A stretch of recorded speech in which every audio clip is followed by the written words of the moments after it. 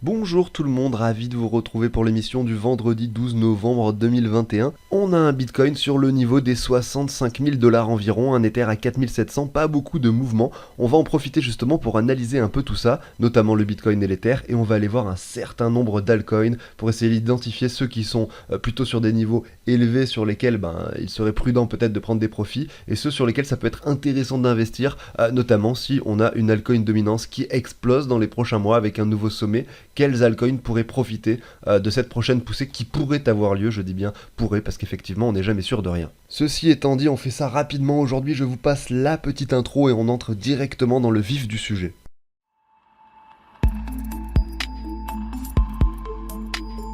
On commence avec le Bitcoin qui, vous le savez, a confirmé sa bougie mensuelle ici, regardez, sur un breakout, donc le mois dernier, ici fin octobre, donc c'est très intéressant de se dire qu'effectivement dans les prochaines semaines, prochains mois, on pourrait aller chercher vraiment des sommets un petit peu plus importants.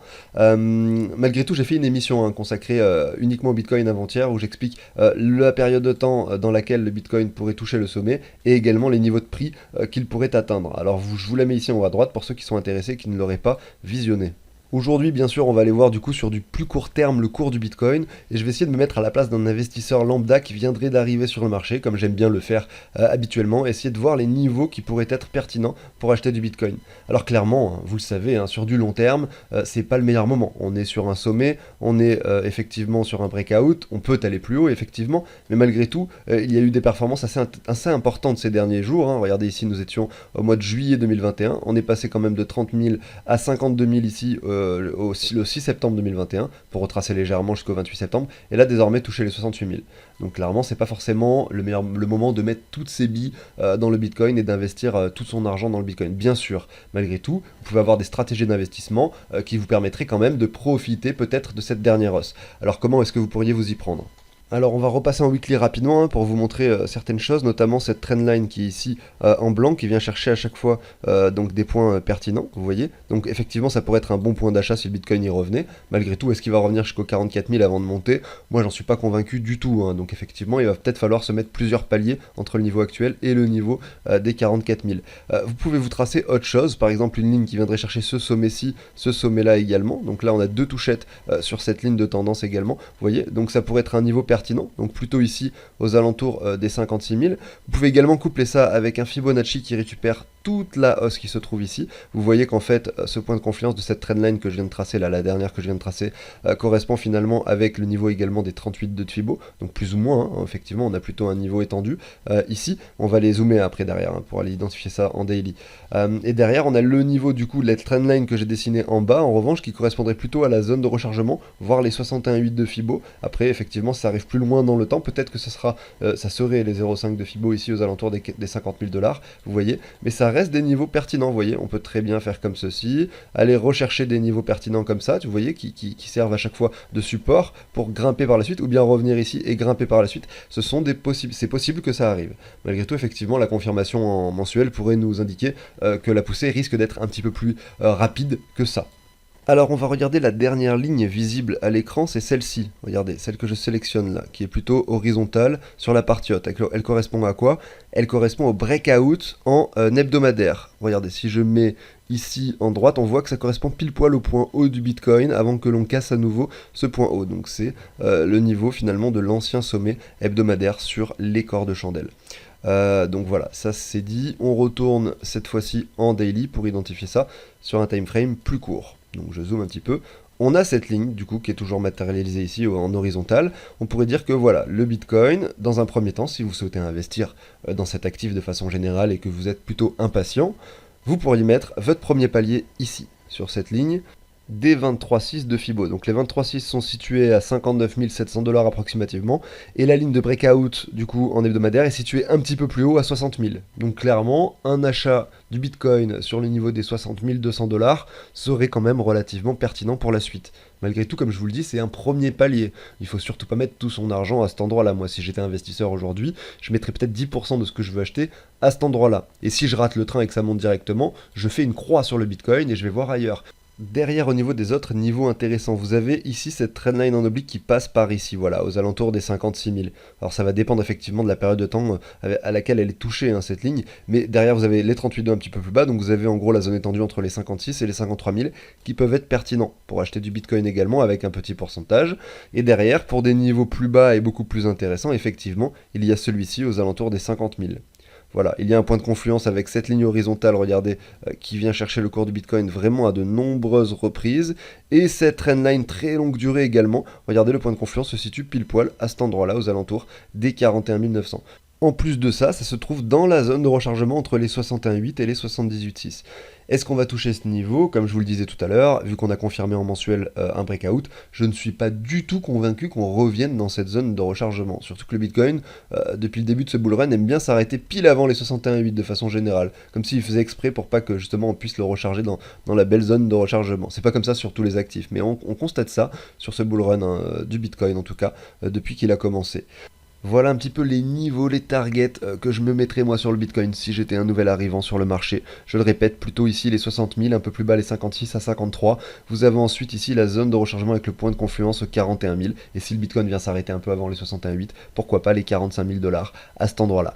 Ce qu'il faut comprendre, c'est également que ici on n'est pas sûr à 100% qu'on entre dans une période baissière. Là je suis en train de spéculer sur le fait que le Bitcoin pourrait redescendre comme ceci. Malgré tout, on voit qu'en daily, il y a une divergence qui commence à se dessiner. Elle n'est pas du tout confirmée.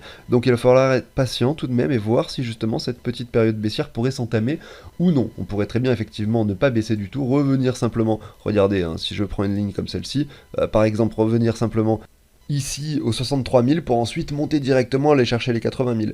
Mais voilà, moi je préférerais rater le train que d'investir et d'acheter du Bitcoin à 63 000 ici sur ce petit retour, vous voyez. Voilà mon point de vue. Alors comme je le disais, il y a peut-être une divergence qui va se dessiner en daily, mais rien de sûr ici, elle n'est pas confirmée du tout.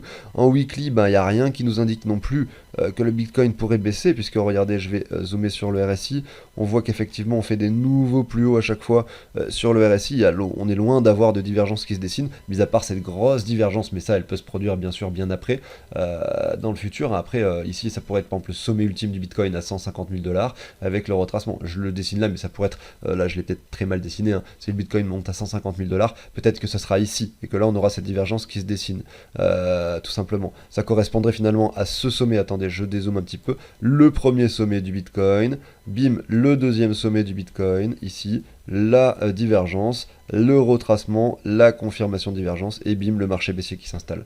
C'est une possibilité, mais revendre sur la confirmation de la divergence ou sur un M qui se dessine par ici, ça pourrait vous faire finalement un M assez bas, donc c'est toujours mieux essayer de revendre par palier pendant que ça monte, que essayer de vendre sur des M ou trop tard quand le marché est déjà en train de descendre. Enfin en tout cas c'est mon point de vue, c'est mon avis, et c'est bien sûr ce que j'essaierai de faire, hein, au quotidien, et je vous montrerai les niveaux, les paliers sur lesquels je revendrai, et le pourcentage que je revendrai bien sûr au quotidien. Voilà, j'en ai fini avec ça. N'oubliez pas l'abonnement, le like, hein, si le contenu vous plaît. Je vais enchaîner du coup avec l'Ether comme promis. Et on le constate directement sur son graphique, il est quand même vachement plus bullish que le Bitcoin, ce qui est plutôt annonciateur de quelque chose d'assez optimiste pour les altcoins dans les semaines et mois qui viennent. Regardez, on est carrément sur un ATH, l'ancien sommet aux alentours des 3900 $, enfin non, en fait on avait touché les 4300 sur une mèche d'excès ici, finalement a été cassé ces dernières semaines avec des confirmations ATH sur ATH sur ATH. Voilà, toutes les semaines l'Ether nous dessine un nouveau sommet. Alors sur l'Ether, on va s'amuser à faire deux choses. Déjà, je viens de vous ajouter cette ligne horizontale qui représente la ligne de coup de cassure du breakout. Regardez, double top, bim, breakout. Ici, on a une tasse séance. Structurellement parlant, c'est simple. Vous pouvez imaginer une sorte de tasse comme ceci. Voilà, avec sa petite anse derrière, vous voyez, sur laquelle vous pouvez vous accrocher et mettre votre doigt pour tenir votre tasse, et la cassure, tout simplement. Voilà. Donc comment ça se matérialise, cette structure? Il faut finalement reprendre un Fibo qui reprend toute cette hausse, et pour que la tasse soit valide, il faut qu'on revienne sur les 0,5 approximativement, et donc c'est le cas ici. Pour la seconde poussée, et donc le double top, il faut bien qu'il y ait un double top, hein, c'est bien matérialisé ici, ça c'est propre. On voit également qu'on revient quasiment au 0,5 de Fibo, donc c'est assez propre finalement ici, cette séance. Et derrière on a la confirmation ici. Quels sont les objectifs haussiers? On va les déterminer ensemble très rapidement. Vous avez cette ligne qui représente cette hausse tout simplement. Vous allez la mettre comme ça, vous allez la copier, la coller, et la repositionner de cette façon. Vous pouvez le faire différemment, hein, pour trouver l'objectif de la tasse séance. Vous pourriez par exemple vous mettre un Fibonacci de prolongation. Ça fait exactement la même chose, le Fibo de prolongation. Vous prenez cette hausse, voilà, et vous la rematérialisez et vous la répertoriez à partir d'ici. Voilà, vous voyez, pile poil, ça correspond au 100%, tout simplement.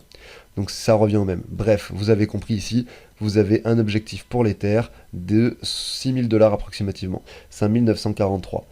Alors si on s'amuse à regarder un petit peu ce qui est écrit ici, hein, sur ce site que j'ai trouvé, qui reprend cette figure chartiste, eh bien on voit que dans 79% des cas, la sortie d'une figure en séance est haussière. Donc ça veut dire qu'on a 8 chances sur 10 pour qu'une fois que l'on casse ce niveau-là, on continue à grimper, tout simplement. On a l'impression que ça se vérifie quand même aujourd'hui.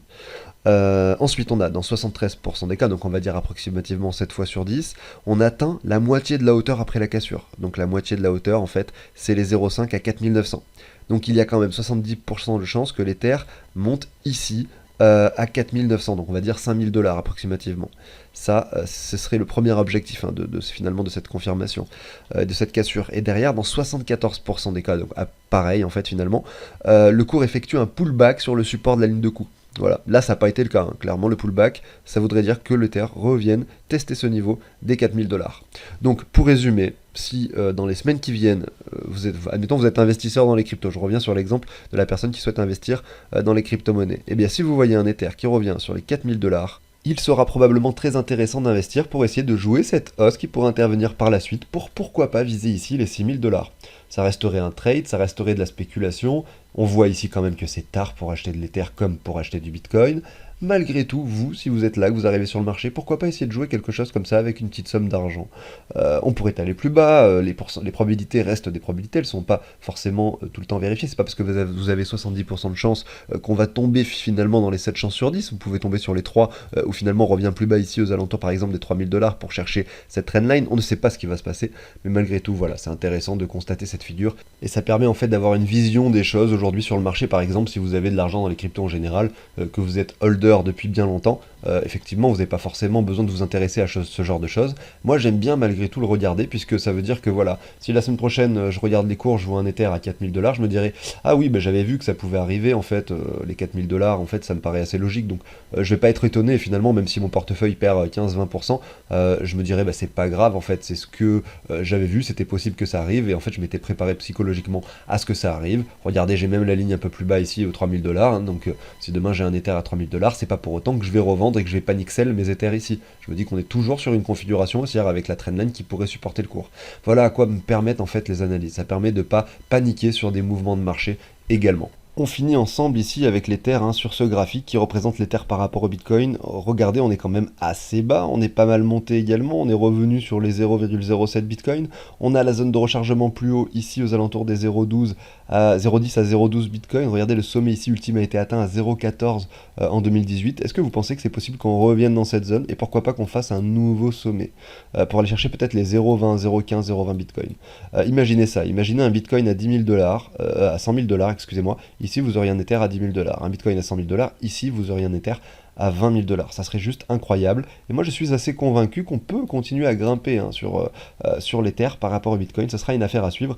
Mais pourquoi pas imaginer des niveaux bien plus importants sur l'Ether et donc également sur la plupart des altcoins dans les mois qui viennent.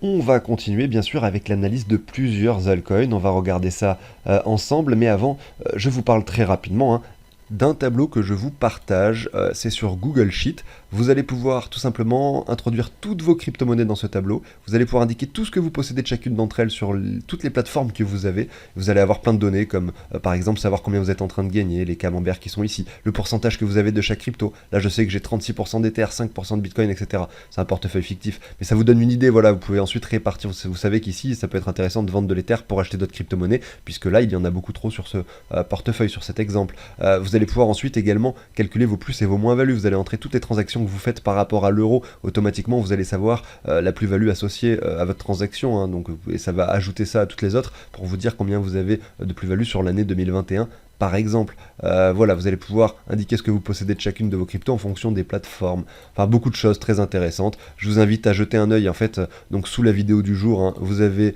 la description. Donc la description, elle se situe, excusez-moi, la description, elle se situe ici en cliquant sur le petit plus.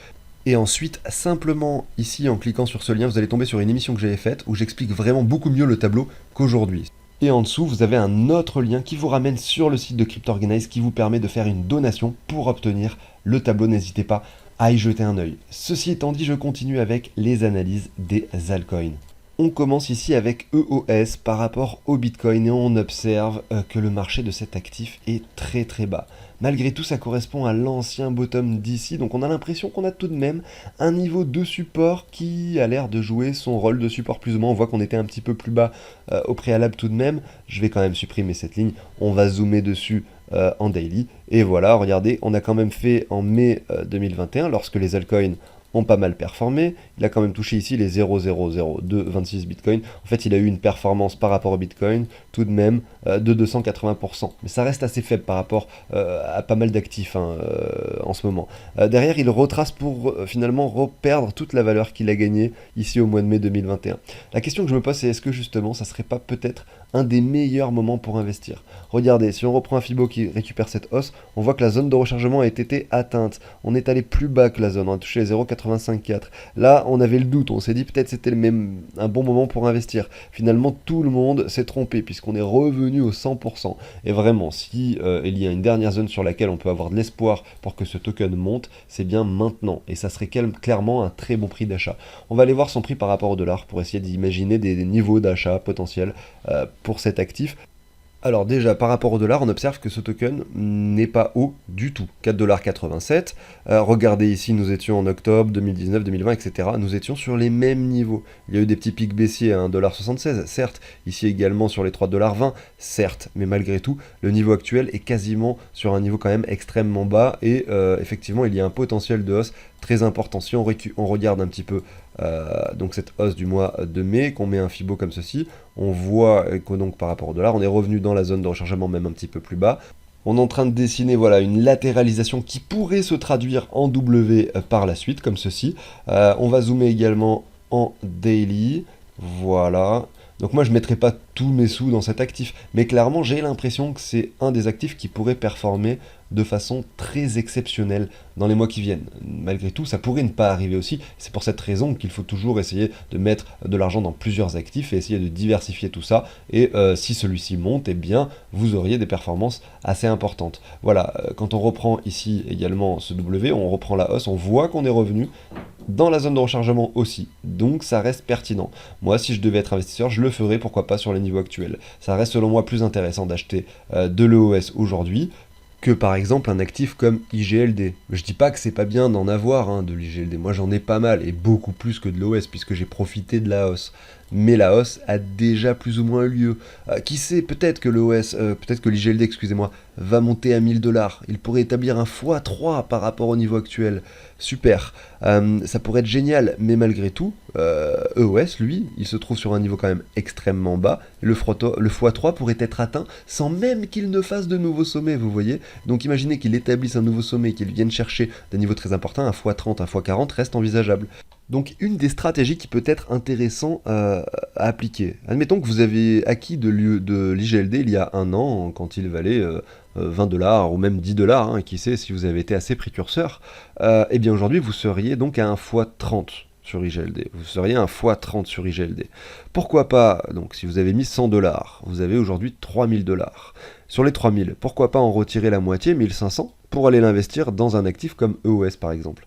Comme ça, si GLD continue à performer, bah vous en avez toujours, vous gagnez toujours un pourcentage sur cette petite partie que vous avez gardée, et en même temps, si l'EOS, lui, marche énormément également, eh bien, vous pourriez également récupérer une somme d'argent assez conséquente, tout en restant conscient qu'il va falloir essayer de bien regarder le prix du Bitcoin, et quand le Bitcoin, vous pensez qu'il atteint un sommet, ça sera important de revendre par rapport au fiat, et donc au stablecoin, par exemple, aussi également vos crypto-monnaies, voilà.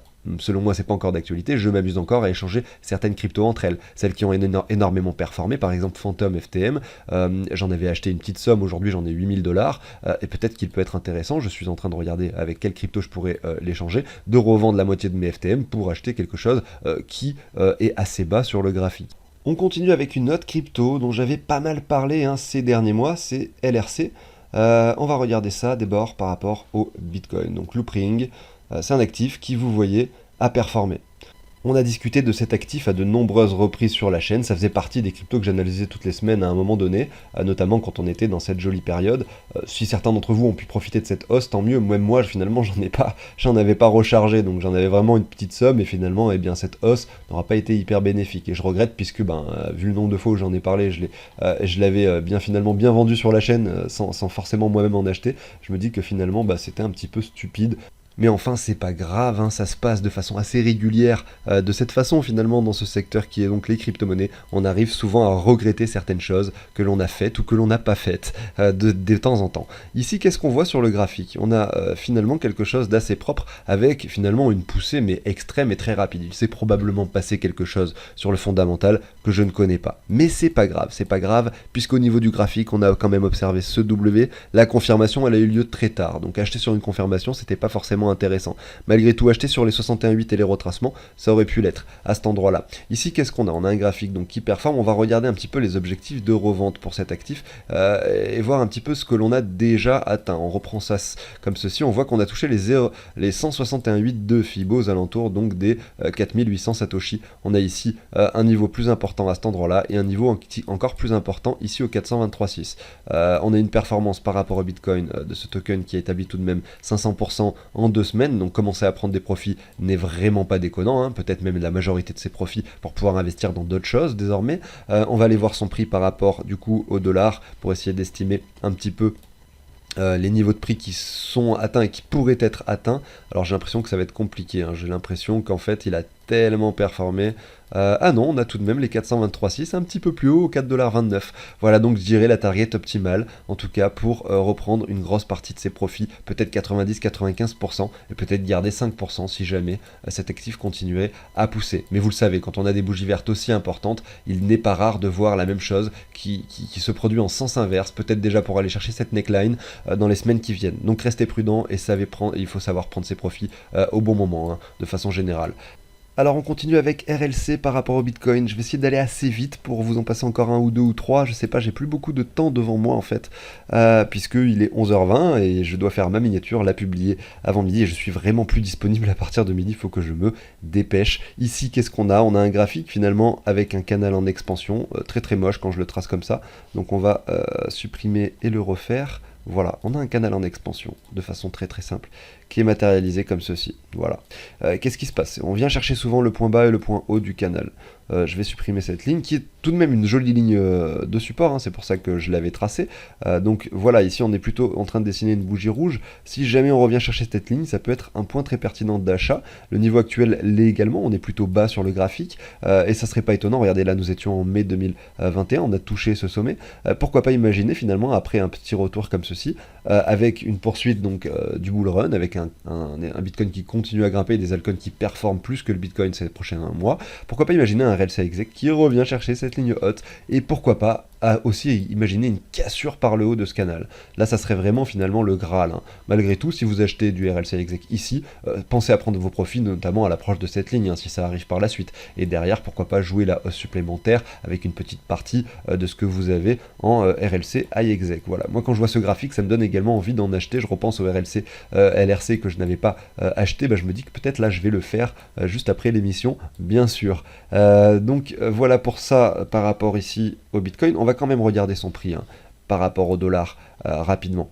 De la même façon, on voit qu'il est assez bas. Effectivement, il a une tendance plutôt haussière puisque les cryptoactifs montent de façon générale depuis cette dernière année, hein. Donc lui également a performé. Il est quand même passé de 86 centimes ici à 4,30$. On a touché un sommet au mois de mai aux alentours des 16$, donc c'est quand même pas mal plus haut. À peu près comme EOS finalement qu'on a vu juste avant. On a le W qui commence à se dessiner comme EOS. En fait, on a un graphique quasiment similaire ici que celui de EOS par rapport au dollar. Donc imagine une confirmation ici en weekly pour acheter la cassure, pourquoi pas. Essayer d'acheter sur les niveaux actuels le retour de cette ligne, pourquoi pas aux alentours des 3,72$. Est-ce qu'on pourrait être un peu plus bearish et la casser par le bas? Oui, ça peut arriver, mais selon moi, si ça arrive, ça pourrait être annonciateur de quelque chose qui retrace un peu plus profondément et qui ne performerait pas tout de suite. Donc ça serait pas forcément très optimiste pour ce token. Voilà pour RLC high exec, excusez-moi. Je vais vous en passer une petite dernière. On a le VET, voyons voir ce qui se passe dessus. Donc le VET de VeChain a énormément performé, mais reste sur un niveau assez pertinent ici. Pourquoi? Parce que regardez, si on récupère finalement toute cette hausse, on voit qu'on a touché les 61,8 et ça représente en plus cet ancien sommet qui est matérialisé par la ligne horizontale jaune que j'avais tracée, bien sûr ici également.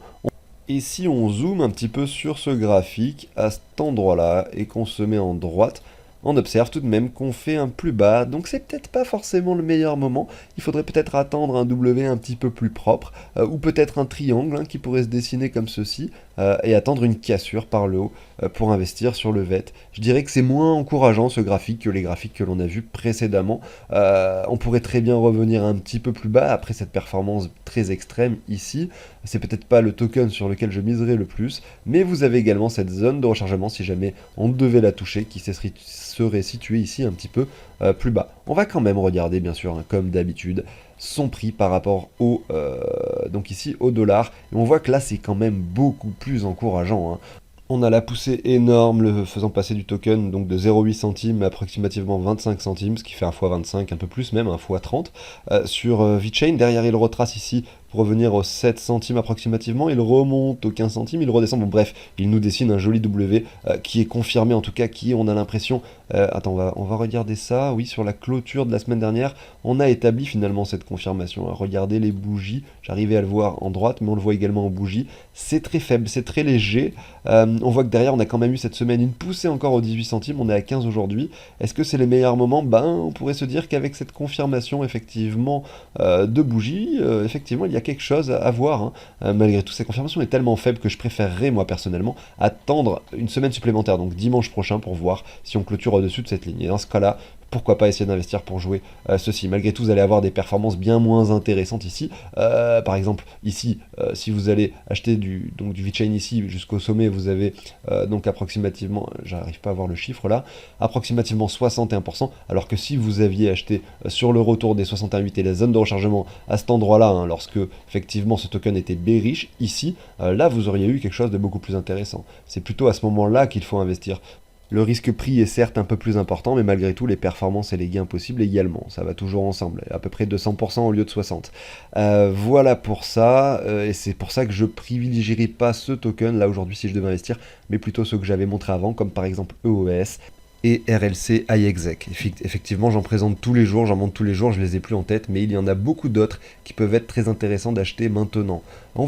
Avant de terminer là, de clôturer l'émission dans les 2 minutes qui viennent, on va regarder deux tokens, enfin on va regarder quelques tokens, regardez le Sand, c'est un truc qui concerne les jeux vidéo, pareil j'en avais acquis il y a un petit moment déjà, et de voir des performances comme ça fait toujours plaisir en fait. On a un Mana également, regardez ce qu'il nous a fait il y a pas longtemps, il a touché par rapport au Bitcoin des sommets mais tellement importants. En fait il y a des cryptos comme ça qui marchent et qui performent toutes seules. IOTA c'est à l'inverse une crypto qui n'a pas du tout performé, qui pourrait le faire à l'avenir, comme c'était le cas sur LRC, juste avant la keep up ces dernières semaines.